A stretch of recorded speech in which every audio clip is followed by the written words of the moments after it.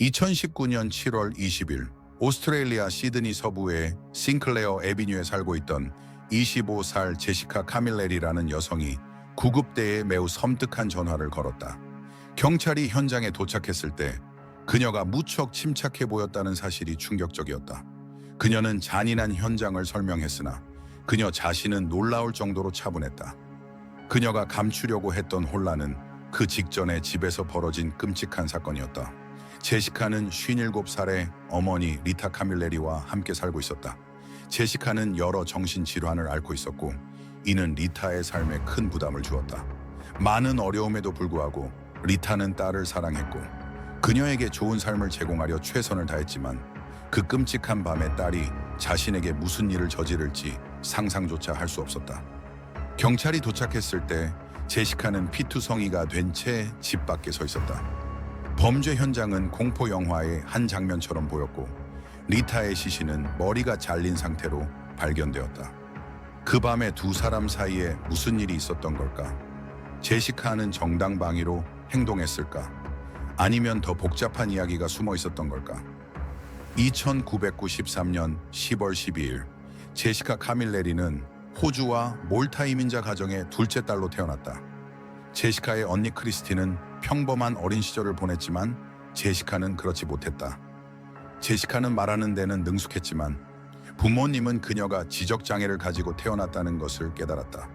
제시카의 지능지수는 55에서 60 사이로 정상 범위보다 훨씬 낮아 인구의 하위 1%에 해당했다. 제시카는 성장하면서 걷기, 말하기, 신체 협응 등의 발달 단계에서 지연을 보였다. 학교에 다니기 시작했을 때 교사들은 그녀가 읽기, 쓰기, 수학, 언어에서 뒤처진다는 것을 알아차렸다. 이후 제시카가 자폐 스펙트럼 장애를 가지고 있다는 사실을 알게 되었으며 이는 그녀의 판단력과 다른 사람들의 생각과 감정을 이해하는 능력, 그리고 공감 능력에 영향을 미쳤다. 그녀의 학업 생활뿐만 아니라 사회 생활도 매우 힘들었다. 제시카는 정신적인 문제를 겪으며 극도의 분노를 표출하기 시작했고 이는 점차 간헐적 폭발 장애로 발전했다. 이는 단순한 분노가 아니라 정신질환으로 보통 6살 때 시작해 청소년기와 성인 초기에 심해지는 경향이 있다. 제시카는 항상 통제 불능 상태에 빠지는 것은 아니었으며 단지 스트레스 요인이나 도발이 있을 때만 그랬다. 제시카가 성장하면서 자폐증 때문에 쇼핑, 교통이용, 은행 업무, 가정관리 등 일상적인 복잡한 활동에서 더 많은 어려움을 겪었다. 또한 제시카는 특정한 것에 집착하는 경향이 있었다. 그녀는 텍사스 전기톱 학살, 소우, 지퍼스 크리퍼스 같은 고어와 학살 장면이 있는 공포 영화에 빠져들었다. 이런 종류의 영화를 시청하면서 피에 대한 그녀의 집착은 점점 더 강해졌다. 청소년 시기에 부모님이 이혼하면서 제시카의 상황은 더욱 악화되었다. 아버지 빈스는 가정의 적대적인 분위기 때문에 제시카와 리타와 함께 사는 것을 원하지 않았다. 그는 제시카의 상태가 악화된 것이 리타의 탓이라고 비난하며 더 이상 딸을 통제할 수 없다고 말했다. 리타는 그때 최악의 상황에 처해 있었지만 그래도 제시카를 돌보며 삶을 유지했다. 아버지가 떠난 후 제시카의 폭발적 성격은 학교에서 더욱 심해졌다. 그녀는 다른 학생들을 공격해 자주 정학을 당했으며 때로는 교사까지 공격했다. 대부분의 피해자는 여자였지만 한 번은 남학생을 물었고 사람들이 그녀를 떼어놓으려고 했지만 그녀는 그를 놓으려 하지 않았다. 제시카는 학교를 떠나 특수 교육 환경에 배치되었으나 그곳에서도 적응하지 못하고 계속 폭발적 행동을 보였다. 결국 제시카는 장애연금을 받게 되었고 2013년 이후로는 항상 집에 머물렀다. 친구가 없던 제시카는 방에서 공포 영화를 보며 시간을 보냈다. 그 후 몇 년 동안 이 제시카는 여러 차례의 폭발적 사건 때문에 정신병동에 입원해야 했다. 2018년 초 리타는 제시카를 시드니 서부의 네페안 병원으로 데려갔다. 제시카는 심각한 기분 장애 에피소드로 약 9일간 입원했다. 제시카는 양극성 장애 의심 진단을 받아 리튬과 항정신병 약물을 처방받았으나 효과는 없었다. 제시카는 정신병동에서 여러 차례 감정 통제를 잃고 의사와 간호사에게 공격적인 행동을 보였다. 결국 대기실에서 다른 환자에게 폭력적인 행동을 한 후 한의사 사무실 출입이 금지되었다. 2018년 말 제시카는 TIA를 억제하는 약물을 처방받았다. 2019년에는 큰 폭발적 행동이 없었지만 약을 복용한다고 해서 제시카가 상태를 완전히 통제할 수 있게 된 것은 아니었다. 2019년 7월에 이르러 제시카는 꽤 많은 심리치료 세션을 받았고 여러 심리학자와 정신과 의사를 만났지만 뚜렷한 진전은 없었다. 상태가 개선되지 않자 제시카의 정신 상태는 악화되기 시작했고 2019년 7월 20일 토요일 밤 모든 것이 통제 불능 상태가 되었다. 제시카는 그날 아침부터 어머니가 4살짜리 가족의 아이를 돌보느라 바빴기 때문에 화가 났다. 제시카는 항상 어머니의 전적인 관심을 원했다. 그날 제시카와 어머니는 크리스티를 방문했다. 크리스티의 집으로 가는 길에 어머니 리타는 길을 지나가는 남자 앞에서 제시카를 망신시켰다. 이 사건으로 인해 긴장이 높아졌고 나중에 리타가 4살짜리 아이와 함께 집에 돌아오자 제시카의 분노는 더욱 커졌다. 제시카는 마치 폭발 직전의 화상과 같았다. 저녁이 되자 제시카는 어머니에게 의사를 부르라고 요청했지만 의사는 제시카의 괴롭힘을 참지 못하고 목숨의 위협을 느껴 곧바로 떠났다. 제시카는 의사를 따라가려고 했으나 의사는 차를 타고 도망쳤다. 제시카와 리타는 저녁을 먹었지만 제시카는 또 다른 주문을 하고 싶어 했다. 리타는 제시카가 음식점에 계속 전화를 거는 것을 막을 수 없자 제시카에게 정신병동으로 다시 보낼 것이라고 위협했다. 리타는 더 이상 제시카의 짜증을 참을 수 없어 구급차를 부르기 위해 전화로 향했고 그 순간 공격이 시작되었다. 몇 초 만에 제시카는 폭발했다. 그녀는 어머니의 머리카락을 잡아 주방으로 끌고 갔다. 리타는 벽을 붙잡으며 제시카의 손에서 벗어나려고 했었지만 리타는 제시카에 비해 작았고 모든 시도는 실패했다.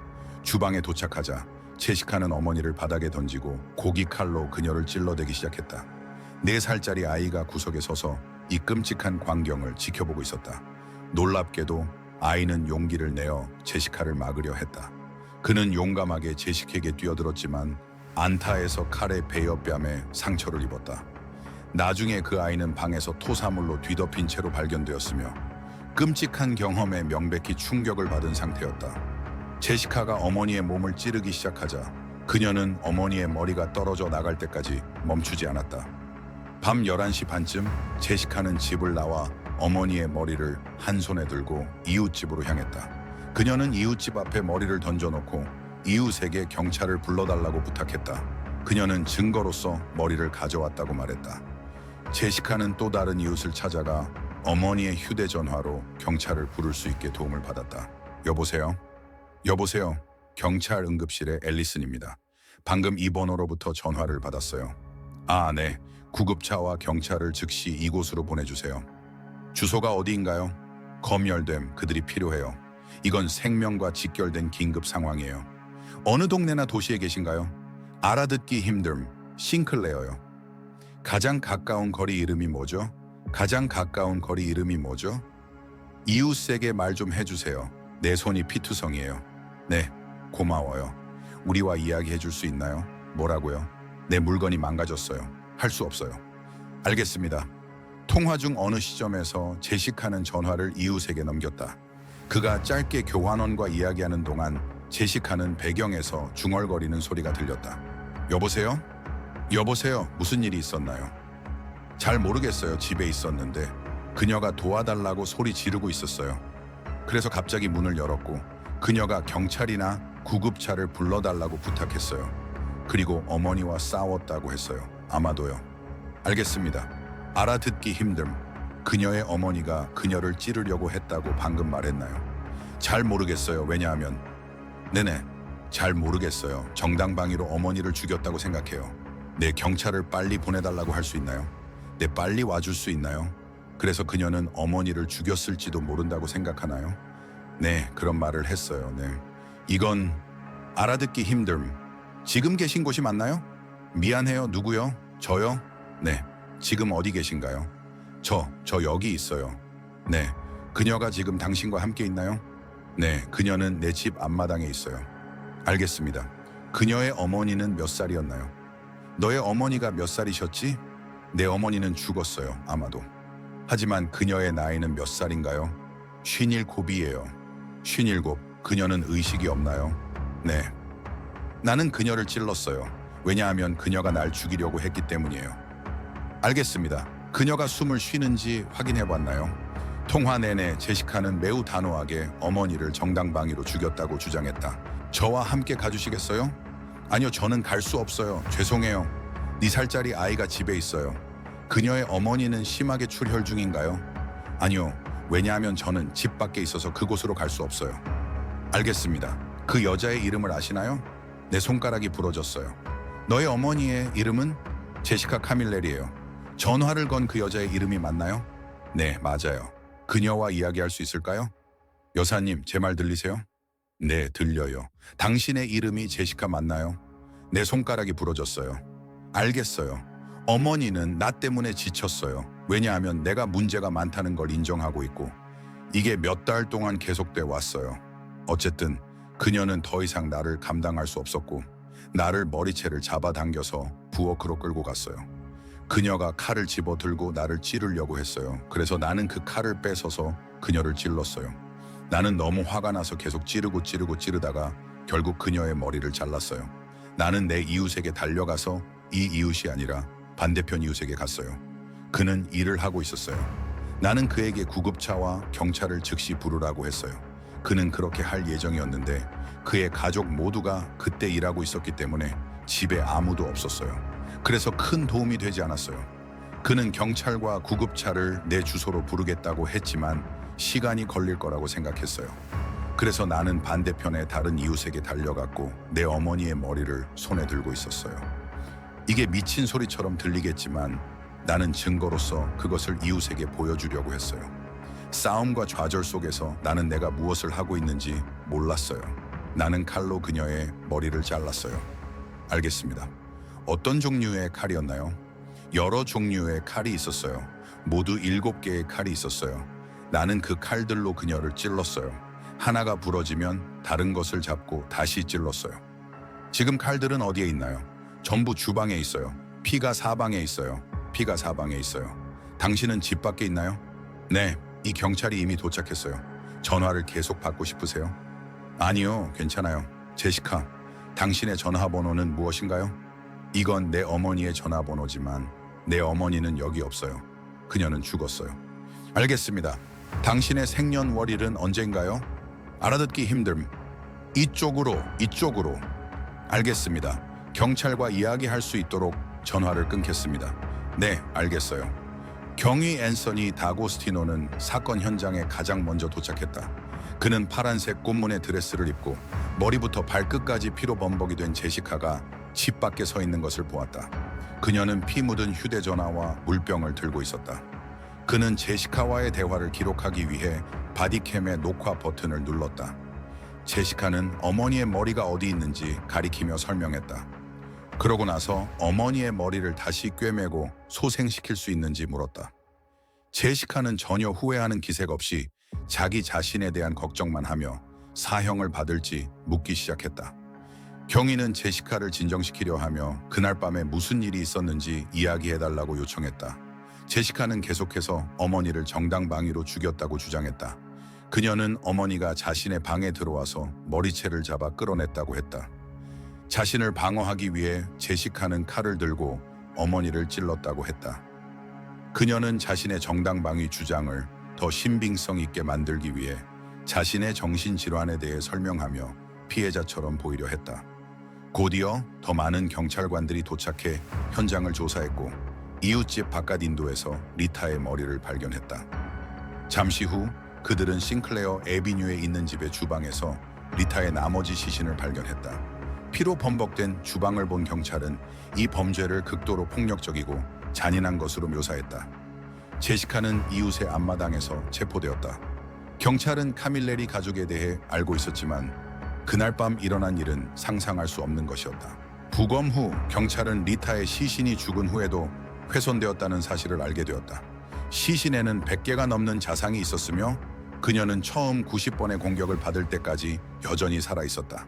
대부분의 자상은 목과 머리에 집중되었다.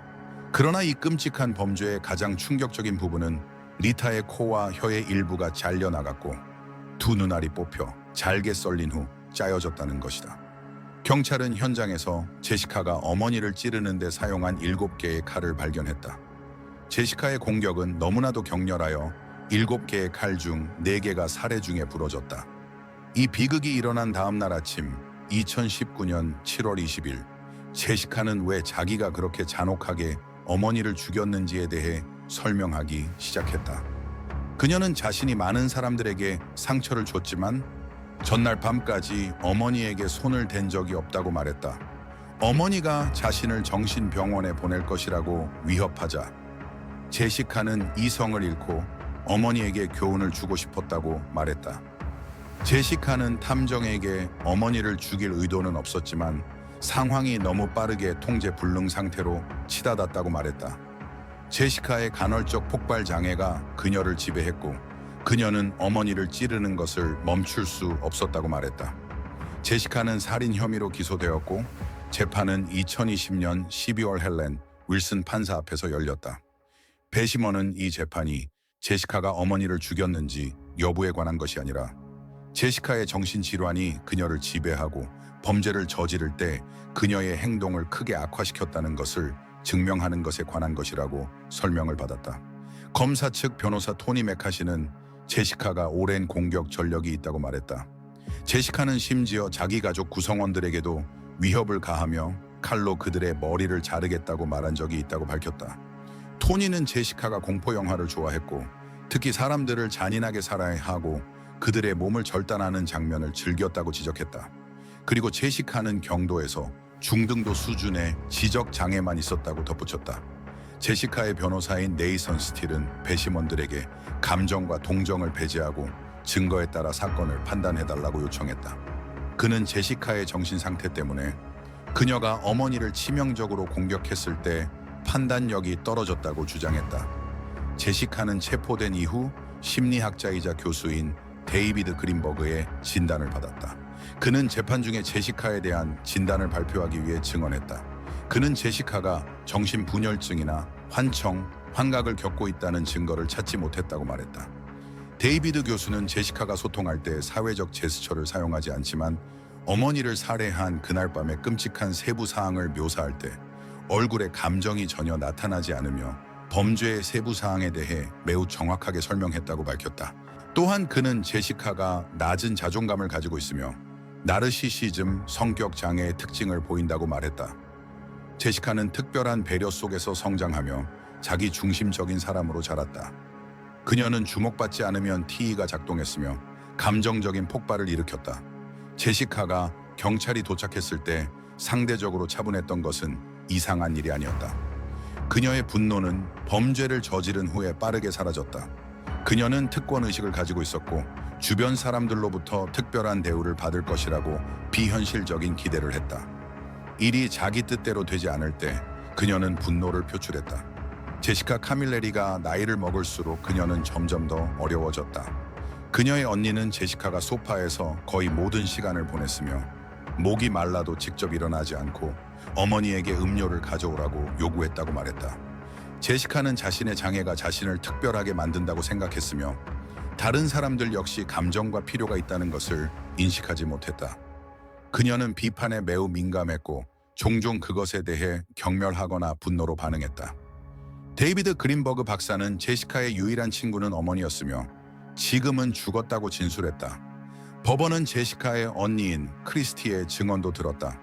그녀는 제시카가 다중장애, 포함해 난독증과 주의력 결핍 장애로 진단받았으며 학교에서 다른 학생들로부터 심하게 괴롭힘을 당했다고 진술했다.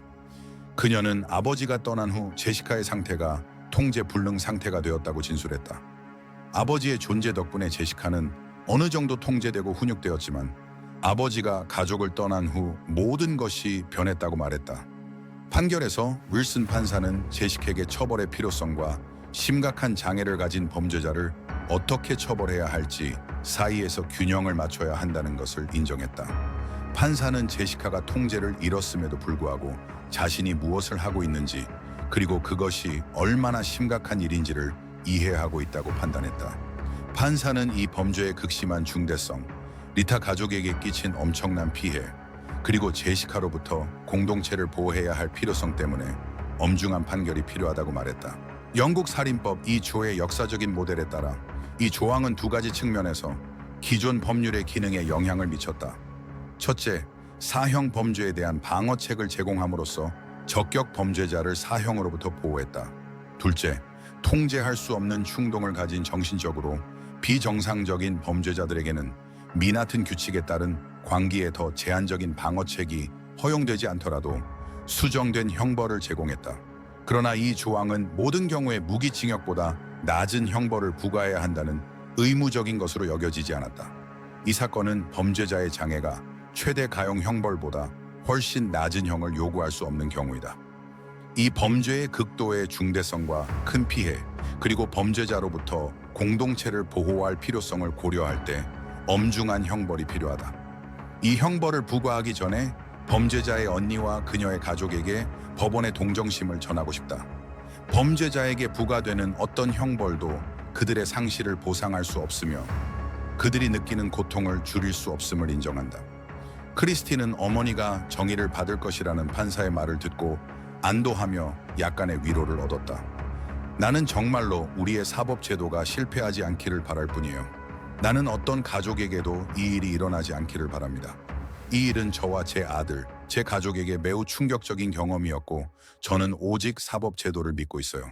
크리스티는 이제 제시카와의 관계에 대해 확신을 가지고 있었다. 네, 물론입니다. 그녀는 많은 도움을 받았지만 불행하게도 나는 우리의 정신건강 시스템이 그녀에게 그리고 우리 어머니에게 실패했다고 느껴요. 그러나 제시카가 리텍에 저지른 일은 상상할 수 없었다. 우리 가족은 더 이상 그녀를 지원하지 않아요. 그래서 이제부터 그녀가 어떻게 될지, 언제 석방될지 정말 신경 쓰지 않아요. 나는 그저 긴 형벌이 주어져 공동체가 안전해지기를 바랄 뿐이에요. 2020년 12월 일주일 동안 열린 재판 끝에 헬렌 윌슨 판사는 제시카가 어머니 리타 카밀레리의 사망에 대해 살인죄가 아닌 과실치사죄로 유죄 판결을 카밀레리 양, 일어나 주시겠습니까? 알아듣기 힘듦. 2019년 7월 20일 리타 카밀레리의 과실치사죄로 인해 피고에게 2041년 2월 19일까지 복역하는 21년 7개월의 징역형을 선고합니다. 가석방 가능 기간은 2035년 9월 19일까지로 16년 2개월간 복역해야 합니다. 자리에 앉아도 됩니다. 카밀레리 양. 과실치사에 대한 최고 형량은 25년이었지만 2021년 3월 12일 헬렌 윌슨 판사는 제시카에게 비교적 낮은 형량인 21년 7개월을 선고했으며 제시카는 16년 2개월이 지나야 가석방이 가능했다. 헬렌 윌슨 판사는 제시카가 2019년 7월에 57살의 어머니 리타를 참혹하게 훼손한 심각한 범죄를 저질렀다고 말했다.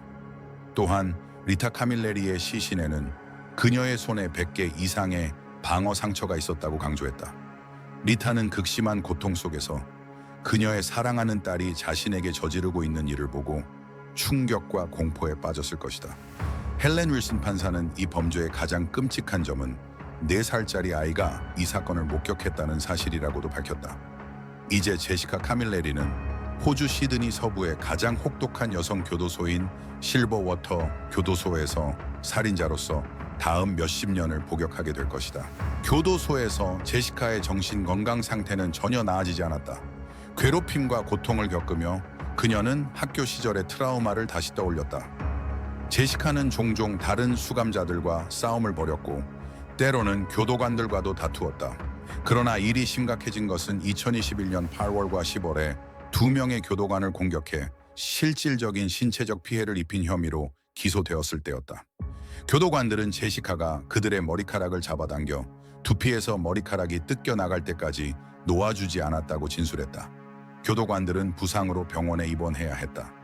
결과적으로 제시카는 교도소에서 격리 조치되었으며 이 범죄에 대한 판결은 나중에 내려지기로 결정되었다. 2022년 9월 제시카는 28살의 나이로 형량에 대한 항소를 제기했다. 그녀와 그녀의 변호인 팀은 어머니를 공격하는 동안의 통제 상실이 제대로 고려되지 않았다고 주장했다. 제시카의 법적 대리인 팀 게임은 제시카의 형량이 그녀의 장애가 정신질환으로 분류될 정도로 경계에 있었음을 반영하지 않았다고 법원에 진술했다. 또한 그는 제시카에게 부과된 형량이 완전한 통제력을 상실한 사람에게는 너무 가혹하다고 주장했다. 팀 게임은 헬렌 윌슨 판사가 제식에게 형을 선고할 때 그녀의 행동을 이해한 것에만 집중했고, 두 명의 심리학자가 제시카가 공격 당시 자신을 통제하지 못하고 있었다고 밝혔다는 사실을 간과했다고 주장했다. 그는 헬렌 윌슨 판사가 공정하지 않은 판결을 내리기 위해 사건을 서둘러 마무리하려 했으며, 제시카가 재판 전에 과실치사죄로 유죄를 인정하려 했다는 점을 무시했다고 주장했다. 제시카와 그녀의 변호인 팀에 따르면 헬렌 윌슨 판사는 제시카에게 너무 긴 형을 부과함으로써 큰 실수를 저질렀다고 주장했다. 또한 팀 게임은 제시카의 원래 형량이 선고된 2021년 이후 제시카의 행동이 크게 개선되었기 때문에 이번 항소를 통해 훨씬 짧은 형량을 받기를 바랐다. 검찰 측은 항소에 반대하며 헬렌 윌슨 판사가 제시카가 저지른 심각한 범죄에 대해 엄격한 형을 부과한 것이 옳았다고 주장했다. 또한 제시카의 정신적 장애가 유일하게 윌슨 판사가 최대 형량을 부과하지 않은 이유였다고 덧붙였다. 시드니 대법원 판사 피터 해밀은 제시카와 그녀의 변호인 팀이 제기한 제시카에게 부과된 형량이 지나치게 가혹하며 헬렌 윌슨 판사가 범죄의 중대성을 잘못 평가했다는 주장을 기각했다. 그러나 해밀 판사는 크리스틴 에드먼슨 판사와 리처드 카바나 판사의 지원을 받아 제시카의 재심 판결을 명령했다. 여러 정신과 의사와 심리학자의 증거를 바탕으로 해밀 판사는 제시카가 57살의 어머니를 2019년에 살해할 당시 그녀의 지적장애와 자폐 스펙트럼 장애 때문에 도덕적 악의에 대한 단순한 이해만 가지고 있었다고 결론 내렸다. 그는 제시카가 16년의 징역형에 가석방이 불가능한 12년의 기간으로 형을 재선고한 제시카가 2021년에 2명의 교도관을 공격해 머리카락을 뽑아낸 사건에 대한 판결도 내려졌다. 2023년 9월 4일 제시카 카밀레리의 형량이 2명의 교도관을 공격하고 그들의 머리카락을 뽑아낸 혐의로 22개월 연장되었다는 발표가 있었다. 제시카의 가족, 친구들, 심리학자들과 정신과 의사들은 리타가 힘든 삶을 살았지만 그 삶이 그렇게 비극적으로 끝날 것이라고는 아무도 예상하지 못했으며, 더군다나 그녀의 사랑하는 딸에게서 그런 일이 벌어질 줄은 몰랐다고 말했다. 리타의 죽음은 그녀의 큰딸 크리스티에게 깊은 영향을 미쳤으며, 크리스티는 어머니의 이타적이고 사랑스러운 성품을 회상했다. 그녀는 제시카에 대한 생각도 나누었다. 우리 어머니는 속도 겉도 아름다운 분이셨어요. 금 같은 마음을 가지셨죠. 저는 결코 이 일이 벌어졌던 것을 용서할 수 없고 잊을 수도 없어요. 저는 어린 아이와 함께 살아야 하며 그 아이는 평생 동안 그 트라우마를 겪어야 해요. 저는 결코 그녀를 용서할 수 없어요. 그녀는 우리의 어머니를 아무것도 아닌 것처럼 빼앗아갔어요. 그날 밤 57살의 리타는 제시카와 그녀의 필요에 모든 것을 바치기보다는 자신을 위해 새로운 삶을 살기로 결심했다. 하지만 불행히도 그것은 제시카에게 받아들여질 수 없는 것이었다. 이제 제시카를 진정으로 돌봐주던 유일한 사람이 사라졌고 제시카를 돌봐줄 다른 사람은 없었다. 제시카의 미래는 감옥에서의 격리된 생활, 단조로운 일상, 그리고 하루 대부분을 3평사미터의 작은 감방에서 보내는 일로 가득 차 있다. 그리고 당신은 어떻게 생각하나요? 제시카의 형량은 정당했나요? 언젠가 제시카가 출소하게 된다면 그녀의 삶은 어떻게 될까요? 그녀의 어머니가 더 이상 그녀를 돌봐주지 않을 텐데요. 여기까지 왔다면 이 다른 범죄를 보지 않겠어요? 절대 놓치지 않을 거예요.